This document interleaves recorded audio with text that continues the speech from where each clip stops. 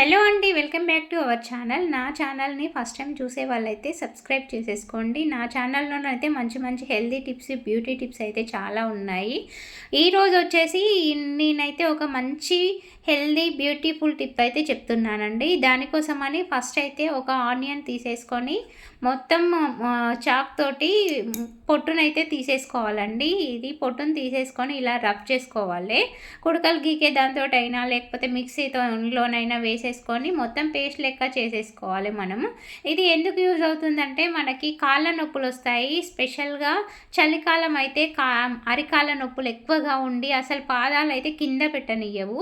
మనం లేవగానే అసలు మంచం నుంచి అయితే కిందికి దిగనివ్వదు. కరికాళ్ళు అయితే చాలా నొప్పి పుడుతూ ఉంటాయి. చలికాలంలోనే ఎక్కువగా వస్తాయి కాబట్టి ఈ సీజన్లో ఇలా చేసేసుకొని వాడేది ఉంటేనైతే మంచిగా ఒక 5 days పెట్టి చూడండి. నొప్పి అనేది తగ్గిపోతుంది. చాలా నొప్పి ఉంటే 5 days పెట్టండి. నార్మల్గా ఉంటే 2 days పెట్టినా సరిపోతుంది. ఇలా పెట్టేసుకోవాలి అంటే చాలా రిలీఫ్ని అయితే ఇస్తుంది. మనం హాస్పిటల్కి వెళ్ళి డబ్బులు వేస్ట్ చేసుకోకుండా ఇలా పెట్టుకుంటేనైతే సరిపోతుందండి. మనం ఆనియన్ని మొత్తం ఇలా గీకేసుకున్న తర్వాత ఒక చిన్న బౌల్లోకి తీసేసుకోవాలి. ఈ పేస్ట్ని అంతా మొత్తం దీందంతా తీసేసుకొని ఒక చిన్న బౌల్లోకి తీసేసుకున్న తర్వాత చూడండి, మనము రసమును పిండకుండా ఈ పేస్ట్ను కూడా ఇలానే వాడేసుకోవాలి. మొత్తం తీసుకొని బౌల్లోకి వేసుకున్న తర్వాత దీనిలోకి మనము ఇంట్లో వాడుకునే పసుపును వేసుకోవాలండి. కొంచెం పసుపును వేసుకుంటే సరిపోతుంది. పసుపు యాంటీబయాటిక్గా పనిచేస్తుంది కాబట్టి మనం పసుపును వేసుకుంటే చాలా మంచిది. కొంచెం పసుపును వేసుకున్న తర్వాత బ్రూ పౌడర్ వేసేసుకోవాలండి. బ్రూ పౌడర్ కూడా కాళ్ళు పలగడం తగ్గిస్తుంది. చాలా మంచిగా యూజ్ అవుతుంది. అలాగే ట్యాన్ ఉన్నా కూడా రిమూవ్ అవుతుందండి బ్రూ పౌడర్ వేసుకోవడం వల్ల. దానికోసమని కాళ్ళు తెల్లగా అవ్వాలనుకున్నా కూడా బ్రూ పౌడర్ వేసేసుకోవచ్చు. అలాగే కొంచెం బేకింగ్ సోడా వేసేసుకోండి. కొంచెం వేసుకుంటే సరిపోతుంది.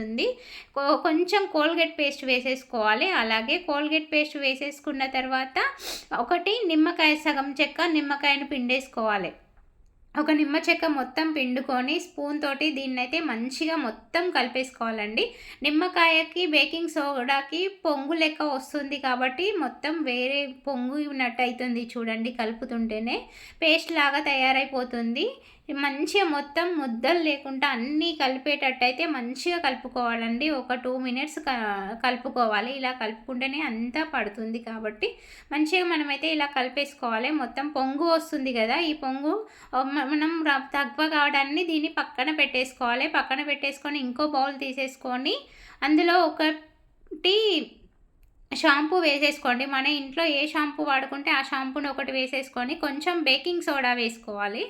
అలాగే కొంచెం నిమ్మరసం వేసేసుకొని ఈ మూడింటిని మంచిగా కలుపుకోవాలి. అలాగే బేకింగ్ సోడాకి నిమ్మరసంకి పొంగు వచ్చినట్టు వస్తుంది చూడండి. ఈ మూడింటిని మనం స్పూన్ తోటైనా చేయితోటైనా పర్లేదు మంచిగా కడుక్కోవాలి.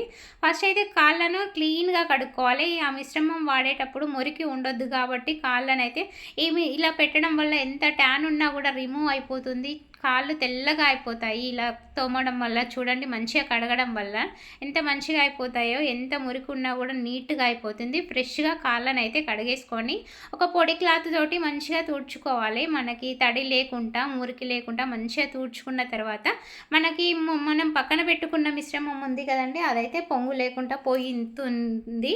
అప్పుడు దాన్ని తీసేసుకొని మనం ఇలా మంచిగా మసాజ్ చేసినట్టు అప్లై చేసేసుకోవాలి. 2 కాళ్ళకి మంచిగా అప్లై చేసేసుకొని ఒక కవర్ కట్టేసి ఒక గంట సేపు అయితే ఉంచుకుంటే ఈ నొప్పి అనేది తగ్గిపోతుంది. మనకి మంచిగా రిలీఫ్ ఇస్తుంది. మనం డోర్ మ్యాట్ మీద వేసుకొని కాళ్ళు పెట్టుకొని ఇలా పెట్టుకుంటే సరిపోతుంది. చూడండి, ఇలా ఒక 1 hour అయితే మనము కదలకుండా కవర్లు కట్టుకొని నడవచ్చు. నార్మల్గా నడిస్తే పసుపు ఇదంతా అంతా ఖరాబ్ అవుతాయి కాబట్టి ఇలా కవర్లు కట్టేసుకొని 1 hour ఉంటేనైతే మంచిగా మడమ నొప్పి అనేది